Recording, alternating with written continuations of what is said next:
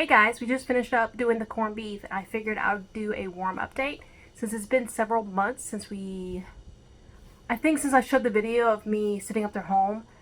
I decided to do something a little bit different, so I moved them into a bigger tub once the frost hit because I was worried that the thin line of the plastic on the concrete of the sunroom floor would start to get too cold. So I found a big rubber tub that I transferred them into. It was about a week of hard frost. I think it got to the negatives, if not down to the single digits for several days. So I'm hoping they're okay. I did bring some food. It's a banana peel that I had in my fridge for about 2 days because I knew I was going to make this video today. So I went ahead and saved it for my daughter's bananas that she eats in the morning. Please excuse the mess. I went through my daughter's closet and took out everything that we didn't really use when she was an infant, or we used and we didn't like. So we're going to go ahead and donate all this stuff. So please excuse this. I did bring them in when it got really cold, as I mentioned in my previous videos, since worms do not do well when it gets, I think, below 50 degrees. I'm hoping in this sunroom it has more of a constant temperature, and I do have a space heater out here for when the dogs get cold, they can come in here. So it's not as cold as outside, so I'm hoping my worms are still alive. Fingers crossed. Alright, so let's go ahead and check them out. I did have problems with the worms ecosystem tub not working out properly. And what I mean by that is the environment they live in the tub. About a month after I found them, their soil and just the smell from the tub was amazing. Like, it smelled hearty, it smelled earthy, like outside, healthy soil smell. And I think I was overfeeding them because after several months, it started to get a little musty inside. So I'm thinking that the foods I was feeding them were too high in water concentration, like fruits. I think I threw some pasta out there to them, which might have been too much. So it created a very different pH system. It had too much moisture. So I was starting to get gnats into it and little white worms. I looked online and they said the worms and the gnats it's fine, it just means the pH is off or you're having too much water. So I tried to correct that by feeding them less. And when I brought them inside, I sprinkled DE all over them, which is dimethyl earth. I'm not sure if I'm pronouncing that correctly. And that was mostly to keep any critters coming out of the tub while it was in my guest room, because I did not want that. So I haven't checked it since then, and it's been several weeks. I'm thinking 3 or 4 weeks, maybe a month. And the worms were alive then. They're just moving very slowly because of the difference in temperature.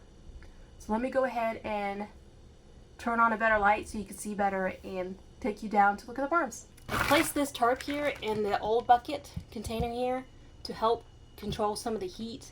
When food and leaves decompose, they produce or break down, they produce some sort of heat. So I left this up here to help hold it in to keep them warm. Hopefully they're not dead.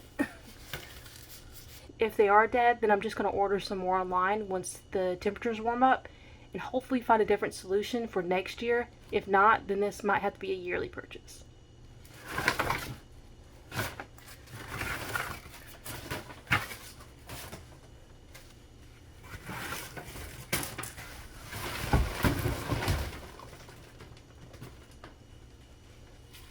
See, I do have something growing here.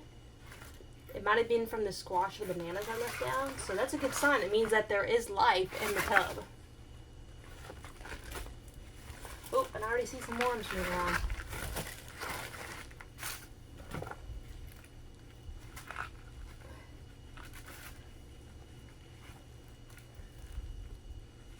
So this soil is already looking a whole lot better than it did. Let's go ahead and dig up this plant. And I see a bunch of worms in here, so that means they all survived. I fed them a banana peel, like I said, several months ago, and I don't see that up here at all. So they devoured that, which is good.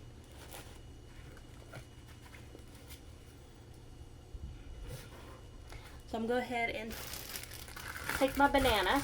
Worms love fruit. Anything sugary and sweet helps them produce more, but lay eggs and mate.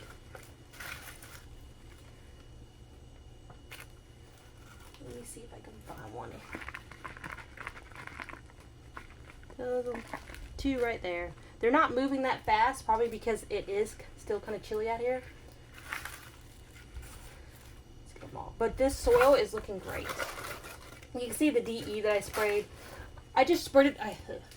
I just sprinkled it on top. Here, let me turn you back around. My stand broke. I'm not sure what happened, but it broke. So it's always something. But what I was saying, the DE that you could see on the outside, the white, I just sprinkled that over the top versus sprinkling it and stirring it up. I spent about an hour looking online, and everything I read online was it would not hurt worms. It hurts everything but worms are fine. So just to be on the safe side, I just sprinkled the top layer, so anything that was moving, that was crawling out, would affect it. And the way the Domestos earth works is it's almost like sharp shards of glass, but it's very fine, so it actually cuts into the abdomen of a lot of insects. It doesn't hurt humans. This is actually food grade, so you could technically drink it. I've given it to the dogs as a dewormer. My husband's dog has Cushing disease, and before we took her to the vet, I dewormed her with several over-the-counter chemicals like the DE, and then we went to the vet and got other dewormer because we thought she had worms because she started losing her condition.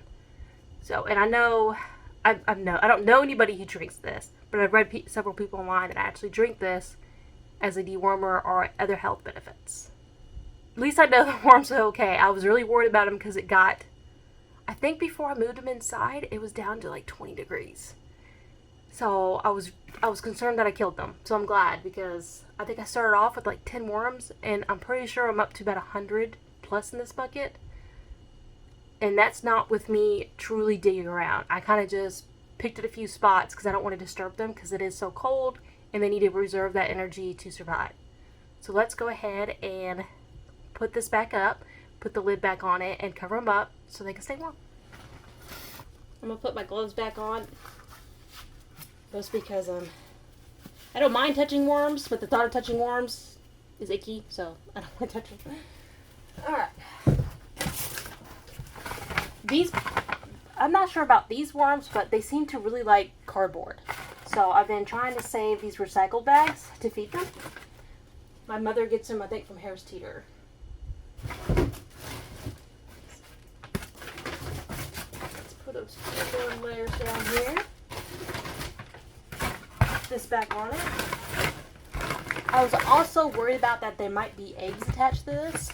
So I truly did not want to take it out in case something did hatch from this.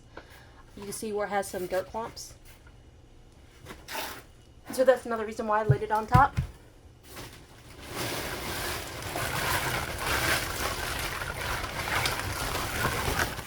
And we'll close this up well. My lighting for this video, or at least in here, is going to be all over the place. Heads up, I didn't realize my stand was broken until I came out here to try to use it. But since they ate that banana peel so quickly, I'm thinking that they're going to have to start being fed every 2 weeks versus every 2 weeks versus every month. So I will have to keep an eye on that. And I got to figure out the fine line between feeding them and overfeeding them.